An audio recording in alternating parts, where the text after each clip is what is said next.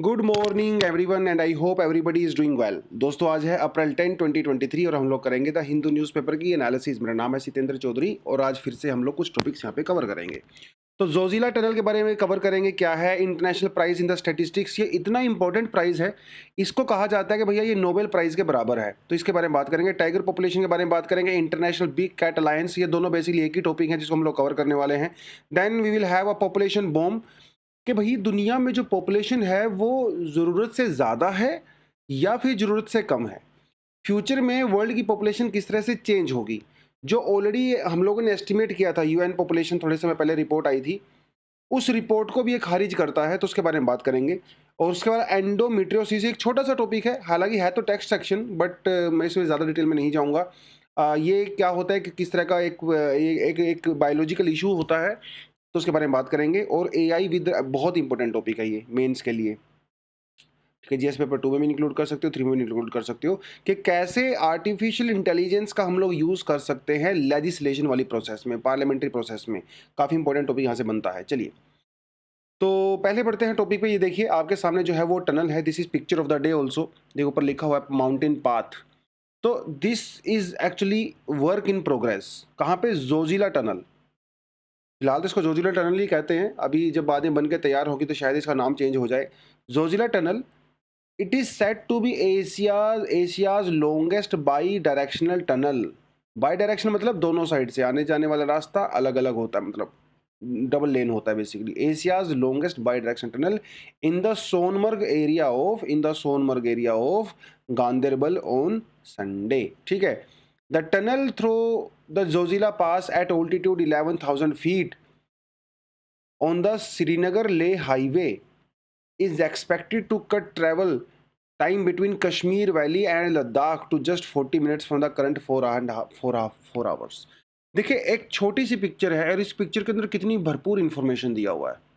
Prelims में सीधे सीधे सवाल आएंगे कि जोजिला टनल जो है किस किस को कनेक्ट करती है। It connects Kashmir valley with Ladakh. सीधा पूछेगा कि जोजिला टनल जो है वो कौन सा एरिया में बन रही है। ये बन रही है सोनमर्ग एरिया ऑफ गांधरबल। ठीक है, छोटी छोटी चीज़ें हैं। एशियाज लार्जेस्ट और द लॉन्गेस्ट टनल कहाँ बन रही है भैया? वो भी आपकी जोजिला के अंदर बन रही है। काफ़ी सारी इन्फॉर्मेशन है, हालांकि मैं आपको दिखा देता हूँ अलग से क्या है मामला। देखिए ये आपका इधर आ जाता है अपना श्रीनगर, इधर आ जाता है आपका लेह, और ये दोनों यूटीज़ को कनेक्ट करने के लिए एक रोड है। फिलहाल जो यहाँ पे रोड है, एक रोड बनता है, और विंटर के टाइम में और even in the summer also sometimes, ठीक है, ये स्नो कवर्ड होता है। और यहाँ से यहाँ जाने में आपको भैया 4 से 5 घंटे लग जाते हैं, कहीं कभी ज़्यादा भी लग जाते हैं। और यहीं पे पड़ता है आपका, देखिए यहाँ पे आपका, अरे कहाँ जा रहा है भाई, यहाँ पे आपका आता है कारगिल। ठीक है, कारगिल। कारगिल से थोड़ा पीछे पड़ता है Zojila. La means pass, it's a path, mountain के बीच में रास्ता होता है। तो यहाँ पे हम लोग बना रहे हैं, टनल बना रहे हैं, जिसका नाम हम लोगों ने दिया है जोजिला टनल। देखिए यहाँ पे लिखा हुआ है। एक्चुअली दोनों टनल 2 फेज में बन रही है। पहले फेज में टनल यहाँ बनेगी और दूसरे फेज में टनल यहाँ बनेगी, विच इज़ एक्चुअली जोजिला टनल। ठीक है, तो ये जो आपको येलो कलर का नजर आ रहा है थोड़ा सा, ये एग्जिस्टिंग रोड है जो अभी एग्जिस्ट कर रहा है वहाँ पे। और ये जो नीचे से हम लोग बना रहे हैं डार्क रेड कलर में, ये बना रहे हैं हम लोग टनल। 14.15 किलोमीटर जो है इसकी लेंथ है। और जो पहले फेज में यहाँ पे चल रही है, फिलहाल इसकी लेंथ जो है 6.5 किलोमीटर है, लेकिन बाद में इसको जो इंक्रीज किया जाएगा। This is the Sonmarg area जहाँ पे हम लोग ये बना रहे हैं। ठीक है, एग्जिस्टिंग रोड है वहाँ पे, बट एनीवेज। तो देखिए यहाँ से श्रीनगर आता है, गांधरबल, राइट। चलते चलते आपको मिलेगा द्रास और फिर मिलेगा Kargil. Dras is also the coldest place in India. और उसके बाद आता है कारगिल, और ये फिर बाद में लेह में चली जाती है रोड। तो श्रीनगर लेह हाईवे पड़ता है, तो ये आपको पता होना चाहिए। ठीक है, तो at 14.5 kilometre Zojila tunnel will be India's longest tunnel, road tunnel, Asia's longest bilateral. ये तो मैंने आपको वैसे करवाई दिया है। ठीक है, when complete Zoji La tunnel will allow traveller between Srinagar and the Ladakh through the year भी। आप विंटर में भी समर में ट्रैवल कर सकते हो। तो जो ट्रैवलर लोगों को तो मजे आ गए यहाँ पे।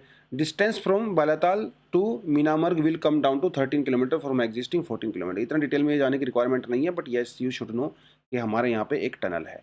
चलिए कमेंट सेक्शन में आपने मुझे ये बताना है कि जो अटल टनल है, अटल टनल, वो कौन कौन से सिटीज़ को या कौन कौन से इंपॉर्टेंट प्लेसेस को ज्वाइन करती है। ये भी एग्जाम में इंपॉर्टेंट क्वेश्चन है, पूछा जा सकता है। ठीक है, माउंटेन, अटल टनल कौन सी माउंटेन के अंदर बना हुआ है, ठीक है, कौन से सिटीज़ को कनेक्ट करता है, ये दोनों चीज़ें आपको पता होनी चाहिए। चलिए आर्टिकल है छोटा सा, कहता है कि भैया no scientific data to oppose same sex marriage says psychiatrist body. तो इंडिया में एक साइकियाट्रिस्ट बॉडी है, मतलब इट्स एन ऑर्गेनाइजेशन। ठीक है, और इसका नाम है Indian psychiatric society, IPS, Indian psychiatric society. अब आपको पता ही है सुप्रीम कोर्ट के अंदर केस चल रहा है। केस ये चल रहा है कि भैया इंडिया में सेम सेक्स मैरिज को अलाउ किया जाए, राइट, और हमारा जो स्पेशल मैरिज एक्ट है 1954 उसके अंदर चेंजेस किए जाएं। वो जो होगा तो होगा, वो अलग बात है। सुप्रीम कोर्ट ने गवर्नमेंट का ओपिनियन मांगा था। गवर्नमेंट ने कहा कि भैया हम इसको सपोर्ट नहीं करते हैं सेम सेक्स मैरिज को। मैरिज जो है वो एक हमारे यहाँ पे जो इंस्टीट्यूशन है, रिलीजियसली, स्पिरिचुअली एक सैक्रोसैंक्ट है, जो कि एक पुरुष और एक महिला के बीच में ही हो सकती है। आप सेम सेक्स के बीच में मैरिज नहीं हो सकती, वो एक अलग बात है। अब उसके सरकार ने ये कहा कि देखिए भाई साहब, जो हस्बैंड वाइफ होते हैं, एक पुरुष होता है, एक महिला होती है, जब दोनों को बच्चा होता है तो एक बच्चे के लिए एक फादर एक मदर दोनों रिक्वायर्ड होती हैं, ठीक है। उसके बिना बच्चे का ओवरऑल डेवलपमेंट नहीं हो सकता, ऐसा सरकार ने कहा है। लेकिन साइंटिफिक डेटा इस बात को प्रूफ नहीं करता है, ठीक है। ये जो साइकेट्रिक सोसाइटी, इंडियन सोसाइटी, इसने वर्ल्ड की कई सारी ऐसी स्टडीज को पढ़ा जो अमेरिका में की गई, इधर उधर की गई।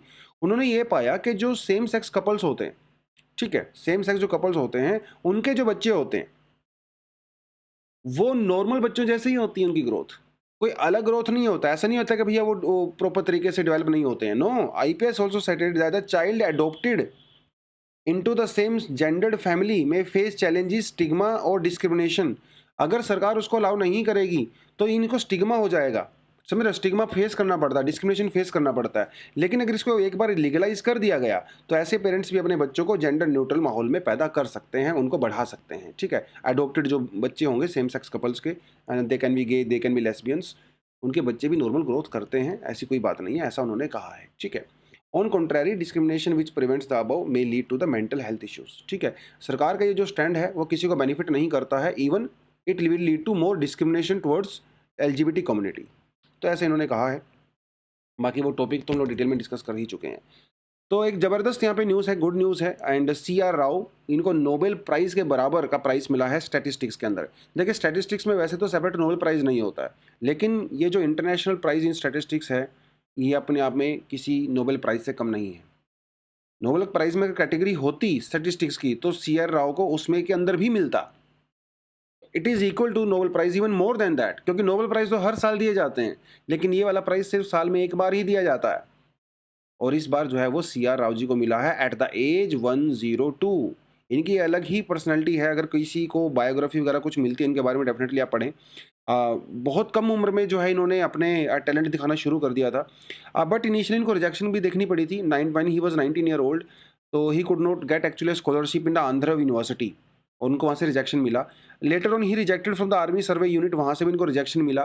फिर बाद में इन्होंने इंडियन स्टैटिस्टिकल इंस्टीट्यूशन कलकत्ता के अंदर एडमिशन लिया, जो कि महानाबोलिस जी ने बनाया था, है ना। महानाबोलिस सेकंड 5 ईयर प्लान आपको याद होगा, तो उन्होंने इसको बनाया था। फिर बाद में ये यहाँ पे इन्होंने पढ़ाई भी किया, यहाँ पे जाके इन्होंने प्रोफेसरशिप भी किया, पढ़ाया भी इन्होंने। ज़िंदगी के 40 साल यहाँ पे रहे, 1979 में रिटायर हो गए थे। उसके बाद ये USA चले गए और वहाँ पे जाके इन्होंने फिर PhD किया। मतलब वहाँ पे जाके इन्होंने फिर अपना जो है पूरा प्रोसेस शुरू किया। और 1946-1948 में जो है इन्होंने PhD किया था किंग्स कॉलेज कैम्ब्रिज यूनिवर्सिटी से। और भैया जिसके अंदर में इन्होंने किया था अपना PhD, उनका नाम था रोनाल्ड फिशर। इनको कहा जाता है फादर ऑफ मॉडर्न स्टैटिस्टिक्स। तो भाई गुरु जितना खतरनाक था, ज़बरदस्त, उतना ही ज़बरदस्त चेला भी निकला, ज़बरदस्त, है ना। तो ये चीज़ें हैं। इन्होंने 1948 में एक पेपर पब्लिश किया था जिसके अंदर इन्होंने एक हाइपोथेसिस दिया था, जिसके अंदर इन्होंने ये कहा था कि भाई जो टेस्ट किए जाते हैं, साइंटिफिक टेस्ट वगैरह किए जाते हैं, उनके अंदर जो क्वालिटेटिव डेटा होता है बहुत कॉम्प्लेक्स होता है, तो उसको किस तरह से हम प्रॉपर ऑर्डर तरीके से मैनेज कर सकते हैं, उसे कहा जाता है राव स्कोर टेस्ट। तो ये आपको एक कीवर्ड है, आपको इसका टर्म का मतलब पता होना चाहिए, ठीक है जी। चलिए, India's tiger population top 3000 shows census. तो सेंसस बेसिकली देखिए बता रहा हूँ, अभी ये फाइनल सेंसस नहीं है, it is just a preliminary report. इसके अंदर अभी चेंजेस होंगे, तो जब वो प्रॉपर चेंजेस होंगे तब हम उस रिपोर्ट के बारे में डिटेल में डिस्कशन करेंगे। फिलहाल बात ये है कि मोदी जी, हमारे प्राइम मिनिस्टर जी, मैसूर के अंदर कल यानी कि संडे को एक इवेंट के अंदर जो है बोल रहे थे। इस इवेंट का नाम है इंटरनेशनल बिग कैट अलायंस। तो बेसिकली इस इवेंट का हम लोगों ने क्या किया है, शुरुआत की है। इसके बारे में आपको बताऊंगा क्या है। और हमारा जो टाइगर प्रोजेक्ट है जो 1973 के अंदर लॉन्च किया गया था, उसकी 50th एनिवर्सरी भी थी।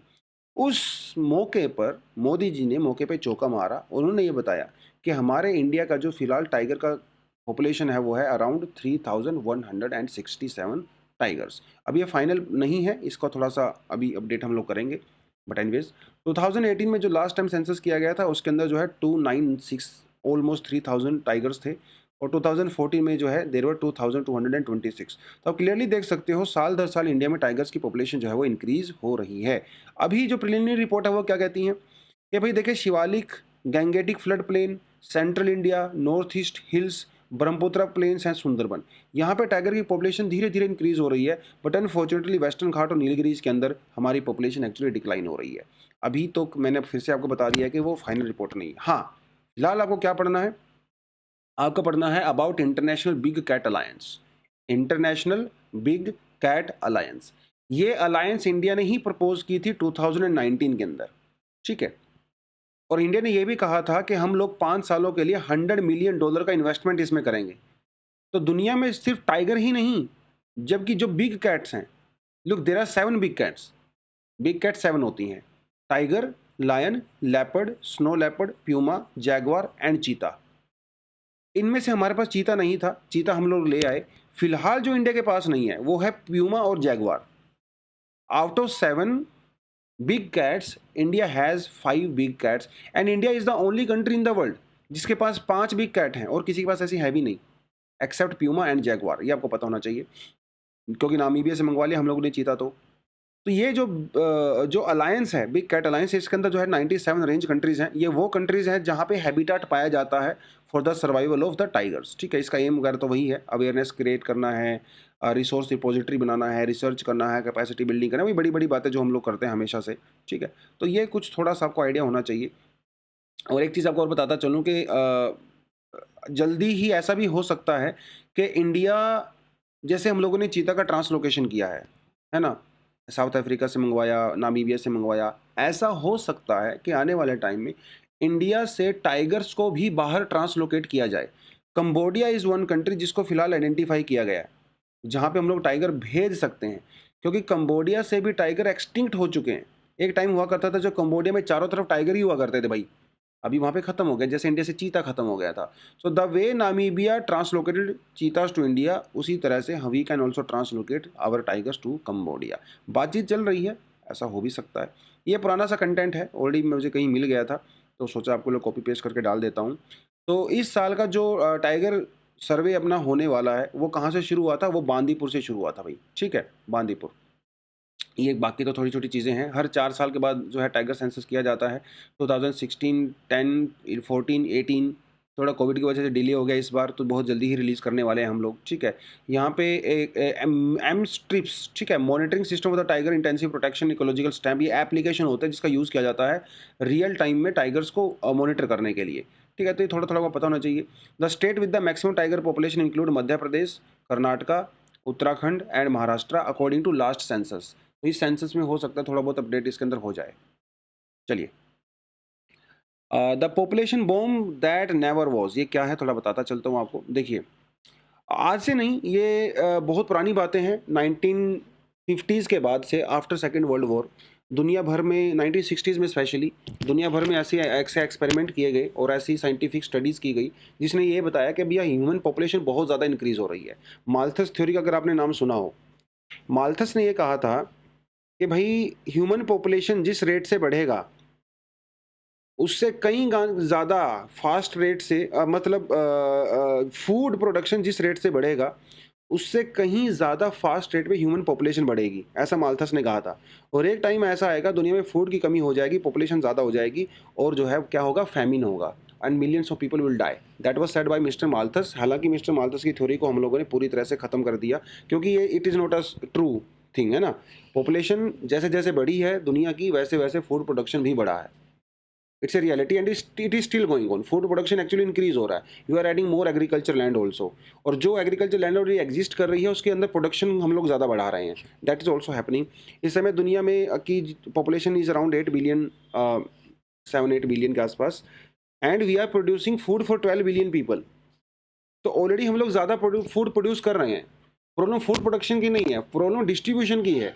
सम people are consuming very high amount of nutrition and the food, some people are not getting enough, ठीक है। तो एक अलग डिस्कशन है वो, उसके बारे में बाद में बात करेंगे। फिलहाल हमें ये पता है कि थोड़े समय पहले यूनाइटेड नेशन पॉपुलेशन की एक रिपोर्ट आई थी, उन्होंने अपनी कुछ एस्टिमेशन यहाँ पे लगाया था। अब एक और रिपोर्ट आई है, ठीक है, ये रिपोर्ट पहले वाली रिपोर्ट से काफ़ी बेटर मानी जाती है और इस रिपोर्ट को निकाला है मतलब with the help of a professor at the university in the Oslo. उस रिपोर्ट का नाम बस आपको पता होना चाहिए, ये जो प्रोजेक्ट है इसका नाम है Earth for All project. Earth for All, it's a keyword, पूछेगा प्रीलिम्स में आपसे ये। Earth for All initiative, this initiative was done to predict the population और the predict the future trend of the population. ठीक है, ऐसे ही कई सारी स्टडी बहुत साल पहले की गई थी, वो सारी स्टडीज़ को इन्होंने रिजेक्ट कर दिया है बिल्कुल ही। ठीक है, और इन्होंने कई सारे टॉपिक्स के ऊपर फोकस किया है। वीमेन रिप्रोडक्शन, जो रिप्रोडक्टिव राइट्स हैं उसके ऊपर फोकस किया है, पॉपुलेशन कंट्रोल के ऊपर फोकस किया है और कुछ कॉन्ट्राडिक्शंस के ऊपर भी फोकस किया, जिसके बारे में हम लोग आगे बात करेंगे। तो रिपोर्ट क्या कहती है, देखिए रिपोर्ट के ना ने जो है 2 सिनेरियो डिस्कस किए हैं इस रिपोर्ट में। पहला है टू लिटिल टू लेट और दूसरा सिनेरियो है the giant leap.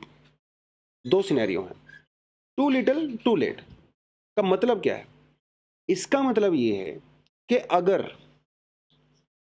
Present rate से, अगर दुनिया की इकोनॉमिक डेवलपमेंट होता रहा जिस रेट से प्रेजेंटली हो रहा है, आने वाले 50 सालों में, 5 डेकेड्स में हमारी पॉपुलेशन कितनी हो जाएगी? 7 बिलियन। ठीक है, ऐसा इन्होंने कहा। कुछ मॉडिफिकेशन करने के बाद इन्होंने ये कहा कि अगर इकोनॉमिक डेवलपमेंट प्रेजेंट सिनेरियो से चलती रही, वर्ल्ड की जो पॉपुलेशन है it would be 8.6 billion by 2050। ठीक है, अब से 25 साल के बाद। Then it will decline after 1950, population will start reducing and it will reach to 7 billion by 2100। मतलब 8.6 से 7 बिलियन कम हो जाएगी 2100 के अंदर, ऐसा इस रिपोर्ट के अंदर कहा गया है। तो that is first scenario. Second scenario क्या कहता है? सेकंड सिनेरियो जो है द जायंट लीप, ये कहता है दैट पॉपुलेशन विल पीक, मतलब मैक्सिमम, एट 8.5 बिलियन बाय 2040। पिछले वाले ने कहा था 2050, इसने कहा है 2040। है दोनों एक ही रिपोर्ट के अंदर। पहली रिपोर्ट है नॉर्मल डेवलपमेंट, नॉर्मल सिनेरियो, दूसरा है ग्रेट जायंट लीप। मतलब अगर हम लोग पॉपुलेशन के ऊपर फोकस करें, हेल्थ के ऊपर फोकस करें, अगर पॉवर्टी एलिविएशन के ऊपर फोकस करें, तो ये मैक्सिमम टारगेट हम लोग 2040 तक भी अचीव कर सकते हैं भैया। और उसके बाद पॉपुलेशन डिक्लाइन हो जाएगी और 2100 तक हमारी पॉपुलेशन जो है वो $6 बिलियन के आसपास, 6 बिलियन के आसपास रहेगी। मेरे मुंह से बार बार डॉलर निकल रहा है। तो पहले ने कहा था 7 बिलियन, ये कह रहा है 6 बिलियन। समझ रहे हो? तो population will actually start declining, doesn't matter what happens. 2050 के बाद दुनिया की पॉपुलेशन डिक्लाइन होना शुरू हो जाएगी और 2100 तक जाते जाते बेस्ट केस सिनेरियो में it would B 6 billion and the normal case scenario में इट वुड बी 7 बिलियन। तो चिंता करने की जरूरत नहीं है कि पॉपुलेशन इंक्रीज हो रही है। समझ रहे हो? हाँ, एक बात इन्होंने ये कही है कि पॉपुलेशन डिक्रीज होने का मतलब ये नहीं है कि भैया सारी समस्याओं का हल हो गया, नहीं, क्योंकि population was never a problem at first place. कुछ लोग कहते हैं कि अरे सर जो क्लाइमेट की हालत हुई पड़ी है, क्लाइमेट चेंज, वो सब चीज़ें करके वो सारा पॉपुलेशन की देन है। नहीं, पॉपुलेशन की देन नहीं है वो। आप देखें दुनिया के जो कंट्री सबसे ज़्यादा कंट्रीब्यूट कर रहे हैं पॉपुलेशन क्लाइमेट चेंज के अंदर, यूरोपियन कंट्रीज़, अमेरिका, जापान, उनकी पॉपुलेशन बहुत हाई नहीं है, but still they are contributing, क्योंकि ओवर कंजप्शन है वहाँ पे, इंडस्ट्रियलाइजेशन है वहाँ पे। तो ज़्यादा पॉपुलेशन का मतलब ये नहीं है कि भाई हम लोग ज़्यादा ग्रीन हाउस गैसेज रिलीज कर रहे हैं। है, it may be a reason but it is not the ultimate reason, ऐसे इन्होंने कहा है। ठीक है, दूसरी बात, तो पॉपुलेशन बम वाली जो बात करते हैं वो तो बिल्कुल बकवास है, जैसा कि इस रिपोर्ट में कहा गया है। फाइंडिंग्स का मतलब क्या है? फाइंडिंग का मतलब ये है कि अगर हम findings propose that better and more equitable policies, अगर आज हमारी सरकारें, हमारे पॉलिसी मेकर्स अगर ऐसी पॉलिसी बनाएंगे जो कि गरीबों के लिए होंगी, सोशल सेक्टर पे अगर हम लोग फोकस करेंगे, तो फिर पॉपुलेशन वाली प्रॉब्लम जो है अपने आप ही दूर हो जाएगी। हालांकि it's not a problem at first place. इन्होंने ये भी इस जो पूरी रिपोर्ट का नाम है वो है peoples and the planet 21st century sustainable population scenario and the possible living standard within the planetary boundary, ये इसका बेसिकली वो है। तो 1968 के अंदर एक रिपोर्ट आई थी, ठीक है, द पॉपुलेशन बॉम्ब। फिर 1972 के अंदर भी एक रिपोर्ट आई थी, द लिमिट ऑफ ग्रोथ। इन सारी रिपोर्ट ने ये कहा था कि भैया 2020 तक वर्ल्ड की पॉपुलेशन इतनी ज़्यादा हो जाएगी कि चारों तरफ फैमिन होगा, हाहाकार होगा, लेकिन ऐसा कुछ हुआ नहीं है। खैर, इंसान अपना सोल्यूशन कुछ ना कुछ निकाल ही लेता है, ये इंसान की बड़ी खास बात है। How does it compare to the other reports? तो बेसिकली जैसे यूएन की रिपोर्ट आई थी, यूएन की रिपोर्ट ने ये कहा था दैट पॉपुलेशन में rise up to 10.4 billion by 2080, लेकिन इस रिपोर्ट ने उसको जो है रिजेक्ट कर दिया है। यूएन पॉपुलेशन ये भी कहा था that India is going to become the most populous country by 2023, which is actually reality, लेकिन अभी तक हमारा सेंसस हुआ नहीं है, so we do not know. But there are some challenges also in case of India, specially in case of India there are challenges. UN population ये कहती है कि इंडिया की पॉपुलेशन 2023 तक मैक्सिमम हो जाएगी, बहुत बढ़िया। नेशनल फैमिली हेल्थ सर्वे ये कहता है कि भैया इंडिया का जो फर्टिलिटी रेट है वो ऑलरेडी 2.1 से नीचे जा चुका है, तो इसका मतलब इंडिया की पॉपुलेशन बहुत जल्दी डिक्लाइन होना शुरू हो जाएगी। और इंडिया की एक यंग पॉपुलेशन भी है, 18 टू 35 के बीच में। India is one of the youngest country in the world, है ना। मैक्सिमम पॉपुलेशन हमारे यहाँ पे 18 से 35 लोगों की है।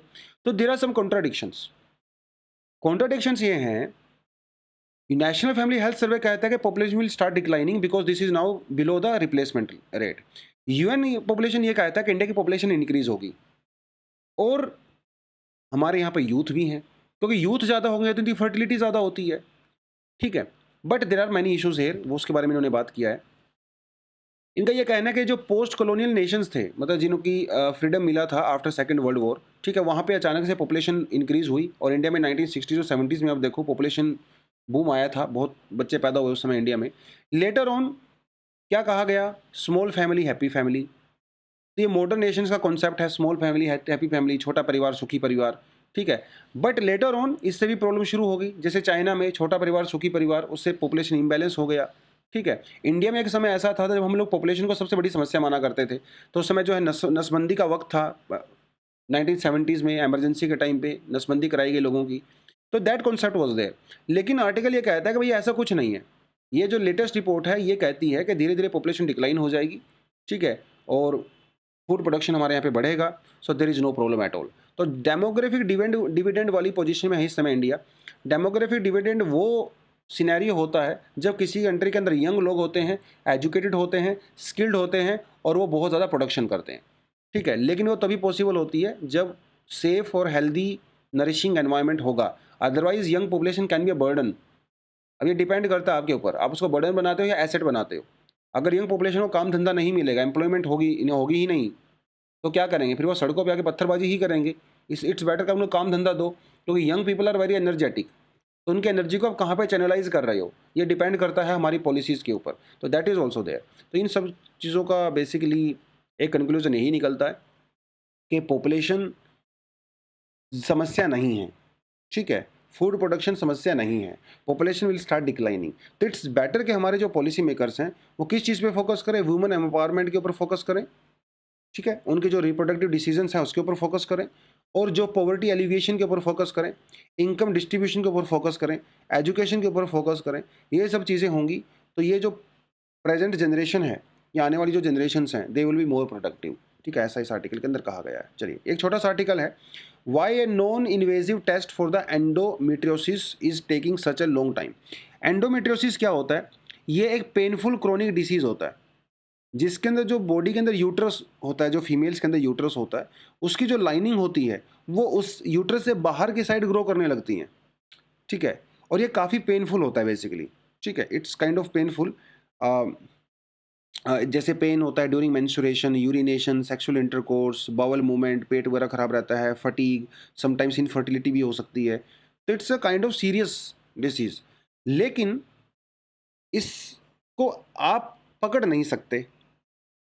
इस डिसीज़ की नॉर्मल डायग्नोसिस में आपको कम से कम 6 से 7 साल लग जाते हैं, क्योंकि इसके सिम्टम्स ऐसे होते हैं, बहुत एक्सक्लूसिव सिम्टम्स नहीं होते। लेकिन सबसे बड़ी बात है कि इस डिसीज़ के लिए हमारे पास कोई स्पेशल टेस्ट नहीं है। जो इस समय एग्जिस्टिंग टेस्ट हैं उनसे डायग्नोसिस करने में बहुत समय लग जाता है, और आपको सीधा सर्जरी करवानी पड़ती है, जिसे कहते हैं लेप्रोस्कोपिक स्टडी सर्जरी, ठीक है, प्रॉपर डायग्नोसिस के लिए। अब अगर मान लो किसी लड़की के पेट में दर्द हुआ है, या उसको मेंस्ट्रुएशन के दौरान पेन होता है, वो डॉक्टर के पास जाएंगी तो डॉक्टर डायरेक्टली उसकी सर्जरी थोड़ी करेंगी ये चेक करने के लिए कि आपको भाई ये एंडोमेट्रोसिस है कि नहीं है। तो उनको क्या करते हैं, सिंपल दवाई दे देते हैं, पेन किलर्स वगैरह, ठीक है, वो सब रहता है। लेकिन जब तक उसको पकड़ में आता है वो डिसीज़, वो बहुत आगे निकल चुका होता है और तब उसका ट्रीटमेंट करना मुश्किल हो जाता है। अब क्या हुआ, एक बड़ी ज़बरदस्त चीज़ यहाँ पे की गई।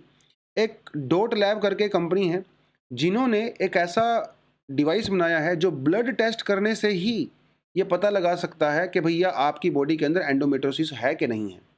ठीक है? तो ये माइक्रो आरएनए और नॉन कोडिंग आरएनए का टेक्नोलॉजी का यूज़ करेगा और जिससे जो आपके ब्लड टेस्ट से ही पता लगाया जा सकता है। तो it's a kind of revolutionary kind of thing here. ठीक है? तो जो महिलाएँ सफ़र करती हैं इस डिसीज़ की वजह से, अभी उनका डायग्नोसिस बहुत अर्ली स्टेज में हो सकता है और डायग्नोसिस के बाद फिर उनका जो है ट्रीटमेंट भी शुरू हो सकता है। ठीक है? ऐसा ये कहा गया है। ये जो पूरा डिसीज़ है वो बहुत पुराना है, 1860s में ही इसको आइडेंटिफ़ाई किया गया था। लेकिन we have only symptoms, we do not have proper test only, जैसे मैंने आपको बताया है। ये जो मशीन होगी, देखिए ये जो एंडोमेट्रियोसिस होता है वो कई लेवल का होता है। ठीक है? Initial, first stage, second stage, third stage, final stage. ये जो टेस्ट होगा वो सिर्फ़ आपको ये बताएगा कि आपकी रिपोर्ट पॉजिटिव है या नेगेटिव है। वो आपको उसकी स्टेज नहीं बताएगा। ठीक है? वो कितने से उसकी सेंसिटिविटी नहीं बताएगा, स्पेसिफिसिटी नहीं बताएगा। सेंसिटिविटी का मतलब होता है ट्रू पॉजिटिव रिजल्ट और स्पेसिफिसिटी का मतलब होता है to avoid false positive result. कई बार क्या होता है, आप ब्लड टेस्ट करवाने जाते हो, आपके बॉडी के अंदर वो वायरस वो शो कर देता है रिपोर्ट में, बट एक्चुअली आपकी बॉडी में होता नहीं, उसे जो है फॉल्स पॉजिटिव कहते हैं। तो ये जो टेस्ट किए गए हैं बेसिकली काफ़ी एक्यूरेट हैं, 83% से लेकर 96% की एक्यूरेसी इसके अंदर रही है। So it may lead to lot of solutions here. ठीक है? क्यों, एक तो पहली बात, ये डिसीजन ना काफ़ी अंडर फंडेड है, दुनिया भर में इसको बहुत ज़्यादा फंड वगैरह नहीं किया जाता है, बट वो एक अलग बात है। अब जो टेस्ट होगा वो अफोर्डेबल होगा। ठीक है? नॉर्मल होगा, तो कॉस्ट सेंसिटिव होगा। तो ये आने वाले टाइम में जो है इसको काफ़ी अच्छे से यूज़ कर सकते हैं। इतना काफ़ी है आपके लिए, ये फालतू की चीज़ें पढ़ने की कोई रिक्वायरमेंट एज सच नहीं है।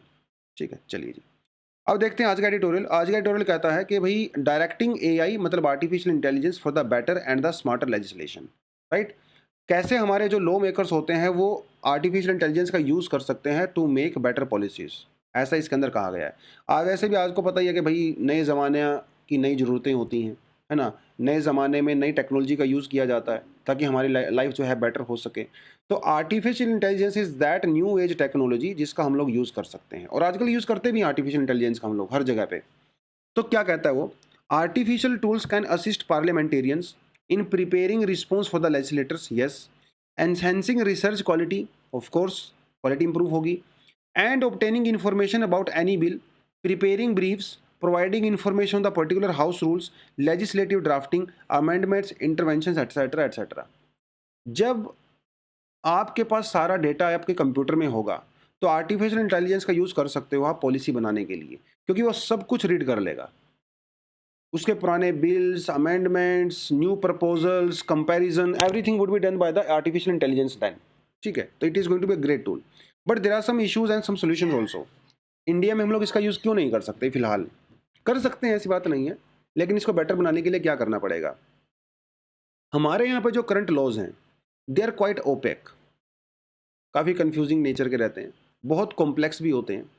ठीक है? और बहुत बार ट्रांसलेशन का गैप भी होता है, हिंदी टू इंग्लिश, तमिल, अलग अलग लैंग्वेज के अंदर ट्रांसलेशन होती हैं, तो it's very kind of complex.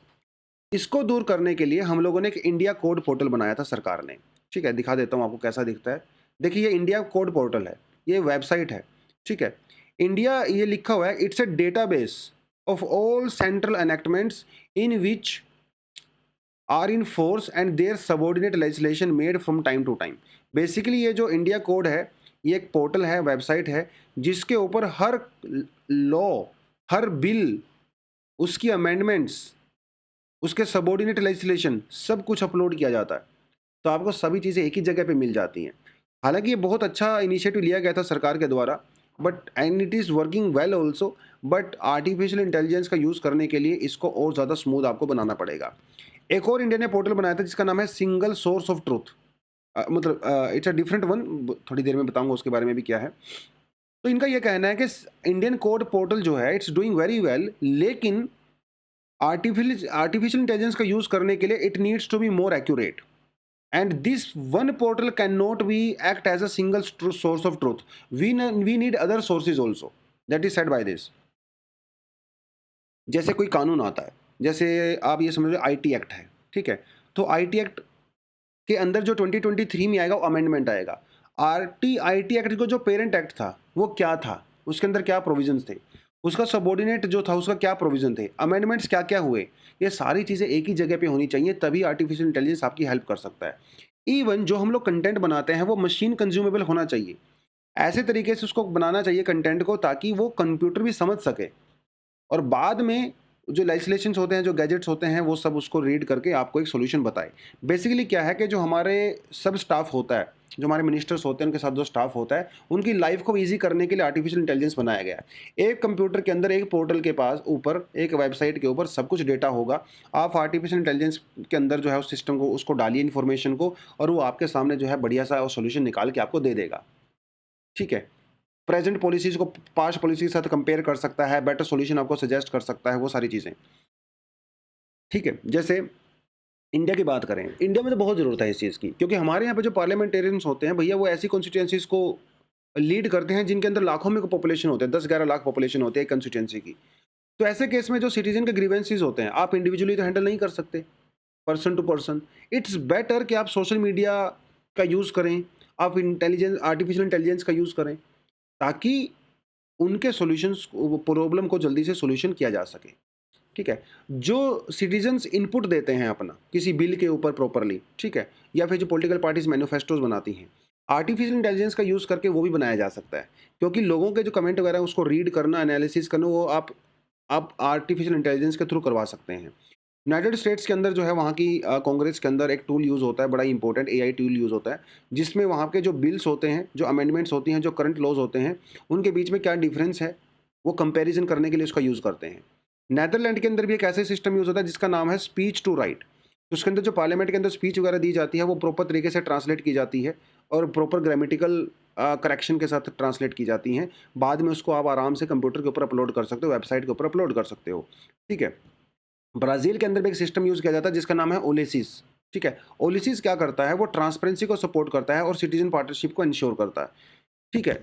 तो हर कंट्री कुछ ना कुछ कर रही है। जापान भी कुछ ना कुछ कर रहा है, साउथ कोरिया भी कर रहा है। तो हर कंट्री आर्टिफिशियल इंटेलिजेंस का यूज़ कर रही है ताकि उनके अंदर जो लेजिस्लेटिव प्रोसेस है वो और ज़्यादा एक्यूरेट हो सके, बेटर हो सके। तो इंडिया भी ये कर सकता है। ठीक है? One nation one application, national e विधान पोर्टल, ये पोर्टल इंडिया ने भी लॉन्च किए हुए हैं। देखिए ई विधान पोर्टल दिखाता हूँ वो कैसा दिखता है। ये रहा नेशनल ई विधान एप्लीकेशन पोर्टल। ये क्या है? It's a digital legislature, one nation one application. ठीक है? It's a work flow system diploid on the NIC cloud. ठीक है? मेघराज, एनआईसी का जो क्लाउड है दैट इज कॉल्ड मेघराज। आपको पता होना चाहिए, प्रीलिम्स में पूछ सकता है आपसे। ठीक है? It helps the chair of the house, मतलब हमारे जो स्पीकर साहब हैं, ठीक है, हमारे जो चेयरमैन हैं, उनको हेल्प करता है in the proceedings of the house smoothly. Humble member of the carry out their duties to house effectively to conduct the legislation business and the houses. ठीक है? तो ये बेसिकली एक डिवाइस होती है, ये एक पोर्टल होता है, NEVA। ठीक है? NEVA, नेशनल ई विधान एप्लीकेशन। ठीक है? और मेघराज इज द क्लाउड, जो जहाँ पे डेटा स्टोर होता है। तो हमारे जो स्पीकर्स होते हैं उनकी प्रॉब्लम्स को सोल्व करता है और उनके लिए जो है प्रॉपर कंटेंट प्रोवाइड करवाता है। तो ये आपको थोड़ी-थोड़ी चीज़ें प्रीलिम्स के लिए पता होनी चाहिए, खैर, ठीक है? तो लेकिन अभी हमें और ज़्यादा आगे जाने की ज़रूरत है, ठीक है? AI can wonder for the policy makers, right?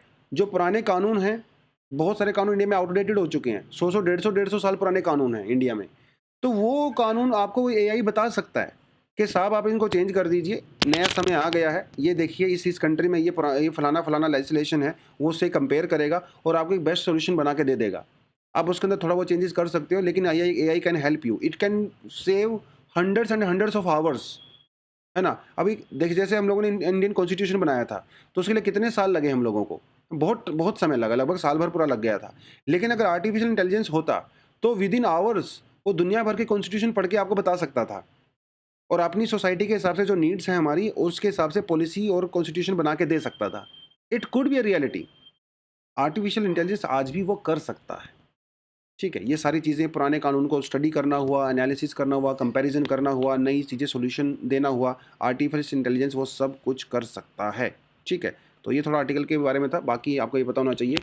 अ, एक क्वेश्चन आपको दे देता हूँ, discuss with examples how artificial intelligence tools can help legislatures and policymakers in making better policies. 150 words 10 marks. ये पूरा कंटेंट जो आपका यहाँ से कवर हो जाता है, राइट। चलिए बच्चों, इसके साथ और कुछ एडिशनल आर्टिकल भी आपके लिए दिए हुए हैं, यू कैन रीड ऑल्सो। तो आज के लिए इतना ही है। Thank you very much, all the best, जय हिंद।